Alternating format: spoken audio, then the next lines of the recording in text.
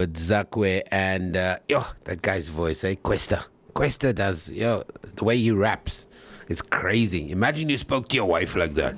Welcome, how you doing? I love you. We continue with the Social Impact Show. I'm just being silly. Okay. As you know, our mandate is simple. We continue great conversations with amazing South Africans who are really fanatical about changing the lives of others. You might not have heard of this app, and for some of you, you could have. But we are talking about bridging the gap and how an app called GoodApp plans to formalize the South Africa's informal service sector. Now, South Africa's informal economy consists of 7.5 million participants, yet many lack access to financial resources, market opportunities, and business legitimacy, despite township spending power reaching 900 billion. The informal sector, 900 billion. Joining me now is COO and co-founder of GoodApp, Byron Smith. Sir, good day. Thank you for joining me. Leadership. How are you, man? It's a pleasure. You know, Byron, this warms my heart because I know, and I say this often enough for people to know this is truthful. You don't have a social life. You have no friends. This is all you do. This is your life. Thank you for recognizing us. I really feel so good after hearing that. Yeah, because this is really about transforming South Africa. But in your words, what inspired this creation? Where were you? What were you eating? Who were you talking to when you came around collaborating with other like-minded individuals to say we're going to solve a problem? I mean, thank you for that question. Very, very interesting. Interesting enough, we were in the heart of COVID. We were, funny enough, COVID brought about a lot of creative thinking in people. And if you look at the topic that we're currently even having, I mean, it's a no-brainer to even notice how well these small businesses are actually performing. So COVID sparked the idea, and at the same time, the lower earning income, people or the informal sector was highly impacted.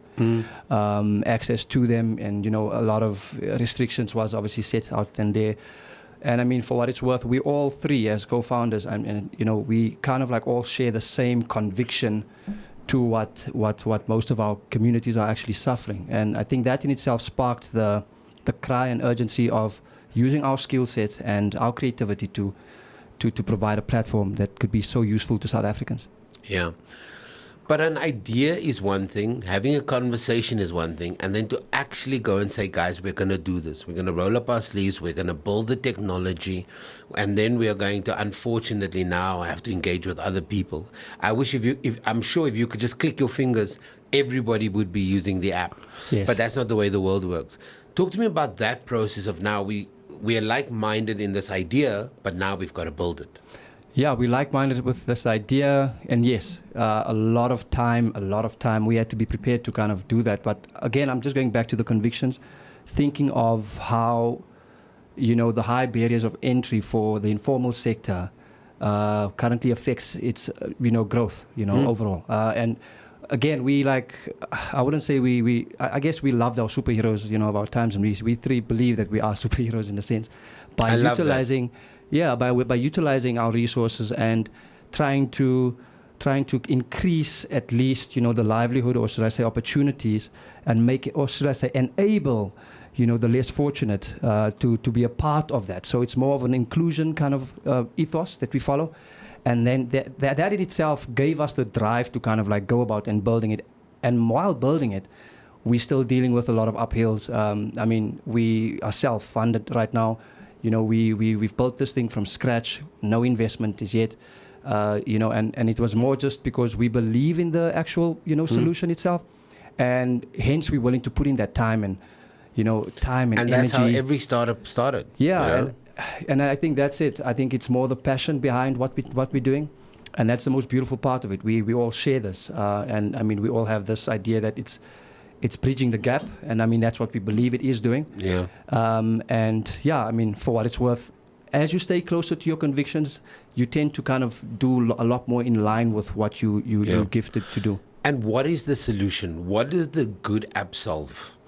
So currently, I would say, if you look at, I mentioned earlier on the high barriers of entry for your informal sector. And that's access to finance, resources. Access to finance, resources, infrastructure, you could name it, platforms. I mean, wherever they tend to try and get involved, there's just so much that's Barriers, kind of blocking them. Yeah. So what GoodApp is in essence doing is we introducing policies that lessens that blow of barriers, but still just maintaining the security element of it.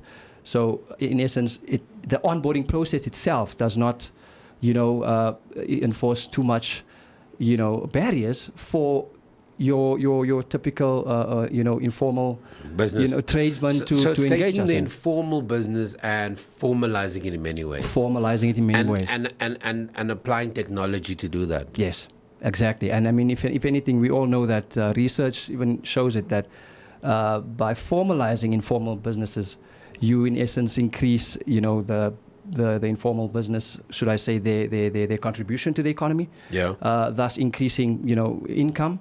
And at the same time, contributing heavily to the South Africans, like the tax base. Yeah. So we are kind of like trying to bridge that gap to kind of allow them to be part of the economy without being discriminated on. And I would assume, Byron, in a meaningful way that allows. So we know these conversations are currently happening. There's this huge formal economy that's looking at the informal economy. And where do we see that? We see that in banking. So there's lots of banking conversations around how do we formalize this economy so they can have access to loans, all of that kind of stuff. And how do we get them to, look, for good or bad, there's 900 billion rand sitting in that informal economy. How do we bring that into the formal economy and create jobs in a meaningful way? Exactly. And track it. Because right now, you would say predominantly that is just cash on hand, and it's not accounted for.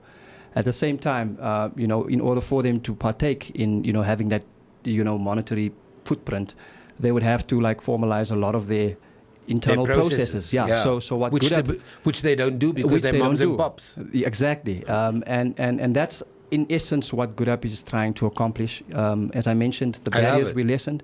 At the same time, we strictly in a scheme of participating in the app. We only do card transactions. At the end of the day, we also have a specific way of thinking pertaining to scaling and what opportunities we can, give, your small your informal sectors, giving them the kind of platforms or tools rather to be able to, how can I say, keep track of their, their income. Yeah. And, at the same time, they will be able to have this digitally also kind of recorded so that, maybe the banks would kind of see a huge increase in their earnings. Thus, maybe they could also easily participate then with the banks to now trust them as being. But they would essentially use the data from the GoodApp. Yes, sir. And what does data really do at the end of the day? It shows patterns of behavior, patterns of intent, transaction. And so even if somebody lacks the ability to articulate it, you have now given them a tool to be able to present it. Yes, sir. So it will be able to engage the informal, or should I say the partner in this case. Yes. He has full view of every specific transaction that took place. And I mean, I'm going to stress the fact that it increases his income. And I mean, the bank talks numbers, and at the same time, this allows him to consolidate all of that and have it available for whenever he needs to, go and engage a corporate entity. At the same time, we also providing more other engagements, or should I say integrations to this platform. I would say, namely, or not so much namely, just because it's still in the pipeline. If you look at for instance, our home maintenance partners at this point, they have specific outlets, or should I say brands, they will now get their raw material from. We are looking to actually expand on partnerships with those people so that we can even impact how much he spends on that specific raw material just to increase his earnings. So increase of earnings can only mean one thing. Banks are ready to talk to you, and in fact, employment as well. And now you're not only creating employment, but now you also kind of formalizing your entire operations and around. You can scale. You can scale, right? So our plans is around scaling, because at any given moment we're reaching a point where we learn something new, because there's always a lot of uphills. I can tell you that firsthand. being in operations, it allows me also to kind of deal with these partners day to day on a daily basis. And then I get to understand most of their, shortcomings and their issues. Unfortunately, we still have to have our promise and uphold our promise in terms of verification. So there's quite a number of people we turn down.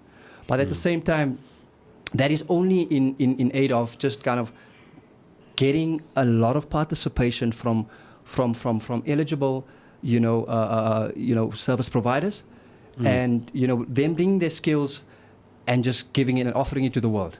And your casties benefit, and so does your suburbs. So you go through a strict vetting process in terms of the members on the app. Yes, so more so your service providers. Yeah. I mean, you're having a complete stranger coming over to your house. So for what it's worth, what we regard highly is that verification process. Namely your criminal, even your specific, your qualifications, what you provide. We vet that, before you actually are onboarded. We do like your reference checks as well on you. Like at the same time, it helps us also understand you more. But I kind of get to know these people on a personal level, where they know my name and I know theirs. And the beauty of it is that they are actually walking with us, in this entire journey of learning, as GoodApp Home Services. So right now the app is available. You're onboarding various partners. Very quickly, tell me, what's the journey been like? The app is there. How many, if you can share, what's the community like at the moment? How have you been able to grow the numbers? So I would say one partner at a time. So every platform you would obviously have to have your services that you have to offer, or that you actually potentially selling to your consumers. I would say the journey has been about a lot of learnings, because feedback, reviews allows us to actually get real-time feedback from customers. Yeah. And not all of them are great. However, at the same time, that plunges you forward, and that's the culture we have currently in our startup. So I would say that the community. Firstly, we started in Cape Town. That's where we actually started, the journey. The adoption was quite well, I think, and even right now, especially pertaining to home services, electricians, plumbers, especially residential cleaning as well. And then we, of late, say about 6 months in, we arrived into Joburg North, and the adoption has been, fairly good, especially when it came to your home services. Like, it's a very, very interesting category to kind of like deal with. And you also get to understand South Africans and, their specific concerns pertaining to safety. Yes, and I'm the person issue. that would have that type of conversations with them.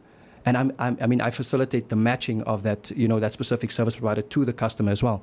So I get to understand the customer and their needs as well as the service provider. So it's just been mind-blowing. In terms of the numbers, we're looking at about 400, I'd say 400 plus engagements monthly. And it's fairly increasing, especially in Joburg. That's basically what I'm referring to. But everybody starts somewhere. Yes. The fact that you built this tool, the fact that you've got this big mission to drive this informal sector to become formalized, the fact that we're using technology. I mean, kudos to you. I really, really take my hat off. To anybody who wants to find out more about the journey, where can they go? Where can they download it? How can they use it? So you can check out our website. It's got our full journey, and in fact about the team and about the company. It's goodapp.co.za. That's our website. They can visit goodapp.co.za. And then as well as for partners in the communities who are actually listening, they can engage us on the platforms, like our social media platforms, for assistance. Or they can go directly to your Play Store and App Store to download the GoodApp Partner app. That's where you'll be able to onboard yourself. You get to upload all your verification documents on the app. We will reach out to you once you notice that there's a waiting for approval status, and that's when we will reach out to you if you've got a successful application. I love this, Byron. This is amazing, man. Yeah, man. Kudos to you and the team and your leadership for putting this. Final 30 seconds. You guys must have talked about it. What's the big plan here? I would say, 30 seconds. I'll probably go for 30 hours, but I would say that it's the big plan is to the big dream. The big dream is to continue bridging the gap, because we feel we are good representatives of the underdogs, the people that actually struggles and that live honest lives every day, but does not have a means of getting their skills work for them. So that is our big dream, and we want to actually scale this internationally, for from my mouth to God's ears. And at the same time, we just want to keep changing lives and maintaining quality of service and security. Byron Smith, COO and co-founder of the GoodApp, talking to us about this groundbreaking platform that connects skilled informal workers, including electricians, plumbers, beauticians, and more, with consumers in a professional, trusted, and reliable way. It's built in South Africa. It's built by proudly South Africans. All we've got to do is support it. Thank you. Samm.